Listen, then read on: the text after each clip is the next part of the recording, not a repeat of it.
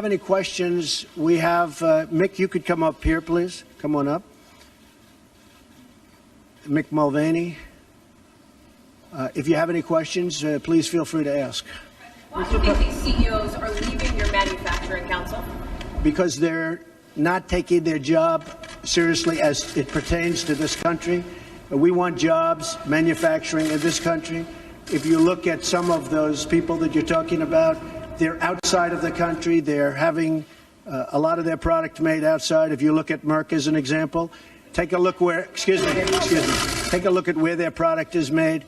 It's made outside of our country.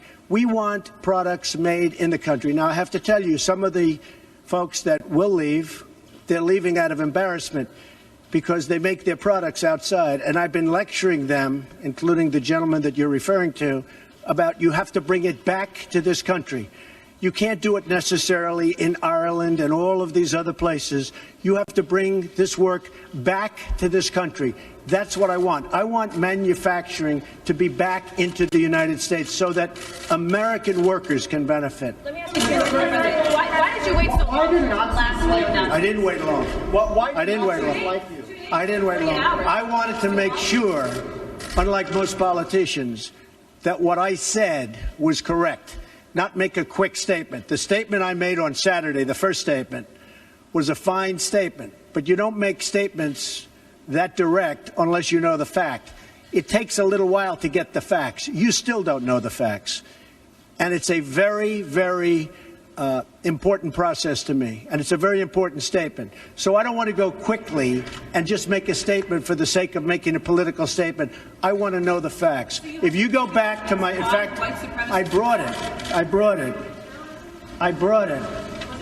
Who did you bring, Mr. President? As I said on, remember this, Saturday, we condemn in the strongest possible terms this egregious display of hatred, bigotry, and violence. It has no place in America. And then I went on from there.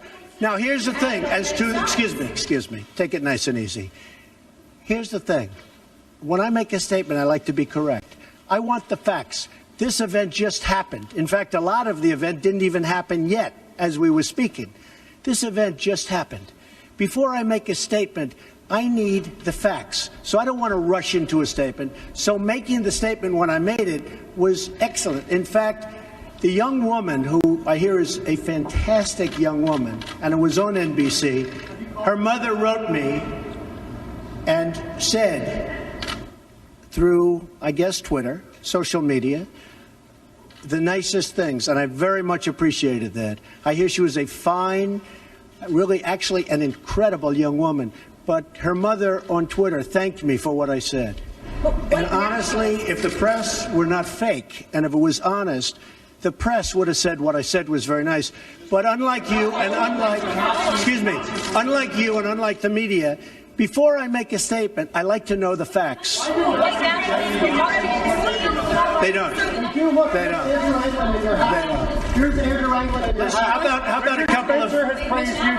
How about a couple of infrastructure that event? Was that terrorism? Say it, what? CEO of Walmart said you missed a critical opportunity to help bring the country together. Did you? Not at all. I think the country, look, you take a look. I've created over 1 million jobs since I'm president. The country is booming. The stock market is setting records. We have the highest employment numbers we've ever had in the history of our country. We're doing record business. We have the highest levels of enthusiasm. So the head of Walmart, who I know, who's a very nice guy, was making a political statement.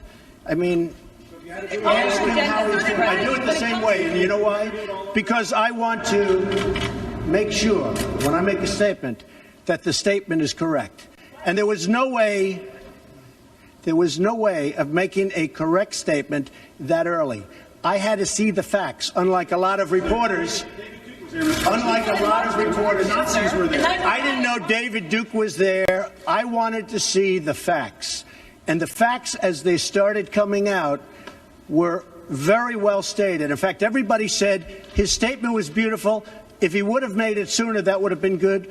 I couldn't have made it sooner because I didn't know all of the facts. Frankly, people still don't know all of the facts. It was very important, excuse me. It was very important to me to get the facts out and correctly. Because if I would have made a fast statement, and the first statement was made without knowing much other than what we were seeing.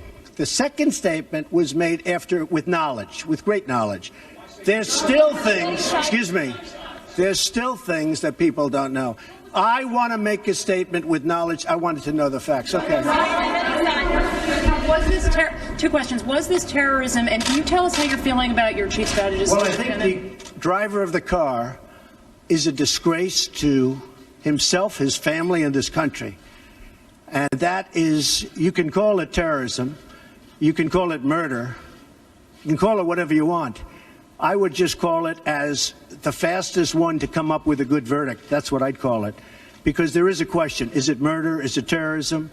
And then you get into legal semantics. The driver of the car is a murderer. And what he did was a horrible, horrible, inexcusable thing. Can you tell us how you're feeling about your chief strategist, Mr. Bannon? Can you talk about that? I would echo Maggie's question. Steve Bannon has come. I never spoke to Mr. Bannon about it. But can you tell us broadly what your do you still have confidence Well, in we'll Steve? see. And look, I like Mr. Bannon. He's a friend of mine. But Mr. Bannon came on very late. You know that. I went through 17 senators, governors, and I won all the primaries. Mr. Bannon came on very much later than that. And I like him. He's a good man. He is not a racist, I can tell you that. He's a good person. He actually gets a very unfair press in that regard. But we'll see what happens with Mr. Bannon. But he's a good person, and I think the press treats him, frankly, very unfairly. Do you have confidence that Senator McCain has called on you to defend your National Security Advisor, H.R. McMaster, against some of these attacks? I did it the last time. And he called on it again, linking the Senator McCain? to the alt-right. And Senator McCain, you mean the one who voted against Obamacare? And he said Who is Senator? You mean Senator McCain who voted against us getting good health care? McCain said that the alt-right is behind these attacks, and he linked that same group to those who perpetrated the attack in Charlottesville. Well, I don't know. I can't tell you. I'm sure Senator McCain must know what he's talking about. But when you say the alt-right, define alt-right to me. You define it. Go ahead. Well, I'm saying, define it for me. Come on, let's go. Define Senator it. McCain defined them as the same group. Okay, what about the alt-left that came charging at us? Excuse me. What about the alt-left that came charging at the, as you say, the alt-right? Do they have any semblance of guilt? This is Senator McCain's statement. Let me ask you this. What about the fact that they came charging with clubs in their hands, swinging clubs? Do they have any problem? I think they do. So, you know, as far as I'm concerned, that was a horrible, horrible day. Wait a minute. I'm not finished. I'm not finished, fake news. That was a horrible day. I will tell you something. I watched those very closely, much more closely than you people watched it. And you have you had a group on one side that was bad, and you had a group on the other side that was also very violent. And nobody wants to say that, but I'll say it right now. You had a group on the other side that came charging in without a permit, and they were very, very violent.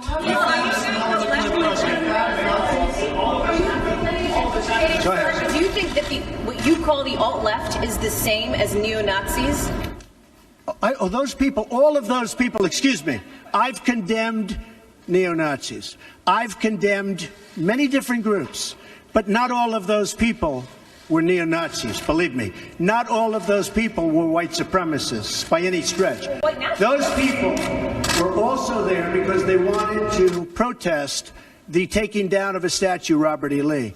So, excuse me, and you take a look at some of the groups and you see, and you know it if you were honest reporters, which in many cases you're not, but many of those people were there to protest the taking down of the statue of Robert E. Lee. So, this week it's Robert E. Lee. I noticed that Stonewall Jackson's coming down. I wonder, is it George Washington next week? And is it Thomas Jefferson the week after? You know, you really do have to ask yourself, where does it stop? But they were there to protest, excuse me. You take a look the night before, they were there to protest the taking down of the statue of Robert E. Lee. Infrastructure question, go ahead. Should statues of Robert E. Lee stay up? I would say that's up to a local town, community, or the federal government, depending on where it is located. Are you against the Confederacy? How concerned are you Race relations in America, and do you think things have gotten worse or better since you took office? I think they've gotten better or the same. Look, they've been frayed for a long time, and you can ask President Obama about that because he'd make speeches about it. But I believe that the fact that I brought in, it will be soon, millions of jobs. You see where companies are moving back into our country. I think that's going to have a tremendous positive impact on race relations. We have companies coming back into our country. We have 2 car companies that just announced. We have Foxconn in Wisconsin just announced. We have many companies, I say, pouring back into the country. I think that's going to have a huge positive impact on race relations. You know why? It's jobs. What people want now, they want jobs. They want great jobs with good pay. And when they have that, you watch how race relations will be. And I'll tell you, we're spending a lot of money on the inner cities. We're fixing the inner cities. We're doing far more than anybody's done with respect to the inner cities. It's a priority for me, and it's very important. Mr. President, are you putting what you're calling the alt-left and white supremacists on the same moral plane? I'm not putting anybody on a moral plane. What I'm saying is this. You had a group on one side and you had a group on the other, and they came at each other with clubs, and it was vicious, and it was horrible, and it was a horrible thing to watch. But there is another side. There was a group on this side, you can call them the left, or you've just called them the left, that came violently attacking the other group. So you can say what you want, but that's the way it is. On both sides, sir? You said there was hatred, there was violence on both sides. Well, I do think there's blame. Yes, I think there's blame on both sides. You look at both sides. I think there's blame on both sides, and I have no doubt about it, and you don't have any doubt about it either. And if you reported it accurately, you would say. Kill the person. Better hire Charlottesville. They showed up in Charlottesville. Excuse me. To protest. Excuse me. They didn't put themselves down as you. And you had some very bad people in that group. But you also had people that were very fine people on both sides. You had people in that group. Excuse me. I saw the same pictures as you did. You had people in that group that were there to protest the taking down of, to them, a very, very important statue and the renaming of a park from Robert E. Lee to another name. George Washington was a slave owner. Was George Washington a slave owner? So will George Washington now lose his status? Are we going to take down, excuse me, are we going to take down statues to George Washington? How about Thomas Jefferson? What do you think of Thomas Jefferson? You like him? Okay, good. Are we going to take down the statue? Because he was a major slave owner. Now we're going to take down his statue. So you know what? It's fine. You're changing history, you're changing culture, and you had people, and I'm not talking about the neo-Nazis and the white nationalists, because they should be condemned totally. But you had many people in that group other than neo-Nazis and white nationalists, okay? And the press has treated them absolutely unfairly. Now, in the other group also, you had some fine people, but you also had troublemakers, and you see them come with the black outfits and with the helmets and with the baseball bats. You had a lot of bad people in the other group too. Treated unfairly, sir. I'm sorry, I just didn't understand what you were saying. You were saying the press has treated white nationalists unfairly? No, I just didn't understand what you were saying. No. There were people in that rally, and I looked the night before. If you look, there were people protesting very quietly the taking down of the statue of Robert E. Lee. I'm sure in that group there were some bad ones. The following day it looked like they had some rough, bad people, neo-Nazis, white nationalists, whatever you want to call them. But you had a lot of people in that group that were there to innocently protest and very legally protest because, you know, I don't know if you know, they had a permit. The other group didn't have a permit. So I only tell you this. There are two sides to a story. I thought what took place was a horrible moment for our country, a horrible moment. But there are two sides to the country. Does anybody have a final? Does anybody have? You have an infrastructure. What makes you think you can get an infrastructure bill? You didn't get health care. Well, you know, I'll tell you. We came very close with health care. Unfortunately, John McCain decided to vote against it at the last minute. You'll have to ask John McCain why he did that. But we came very close to health care. We will end up getting health care.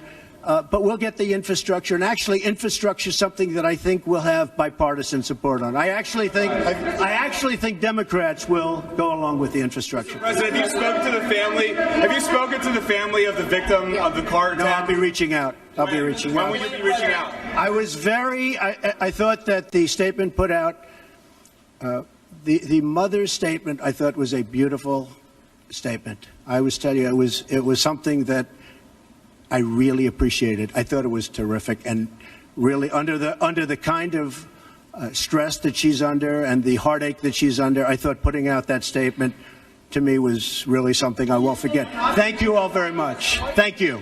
Thank you. Do you plan to go to Charlottesville, Mr. President? Do you think you're helping to heal the nation? I own a house in Charlottesville. Will you go to? Does anyone know I own a house in Charlottesville? Where is it? Oh boy, it's going to be. It's in Charlottesville. You'll see. Is it near the winery or something? It is the winery. Will you go to visit to try to? I mean, I know a lot about Charlottesville. Charlottesville is a great place that's been very badly hurt over the last couple of days. But I own actually one of the largest wineries in the United States. It's in Charlottesville. What do you think needs to be done to overcome the racial divides? Well, I really think jobs can have a big impact. I think if we continue to create jobs, over 1 million, substantially more than 1 million, and you see just the other day, the car companies coming in with Foxconn. I think if we continue to create jobs at levels that I'm creating jobs, I think that's going to have a tremendous impact, positive impact on race relations. And what you said today, how do you think that will impact the racial? Because the people are going to be working, they're going to be making a lot of money, much more money than they ever thought possible. Your remarks that's going to happen. And the other thing, very important, I believe wages will start going up. They haven't gone up for a long time. I believe wages now, because the economy is doing so well with respect to employment and unemployment, I believe wages will start to go up. I think that'll have a tremendously positive impact on race relations. Why haven't they been drawn to you, Mr. President?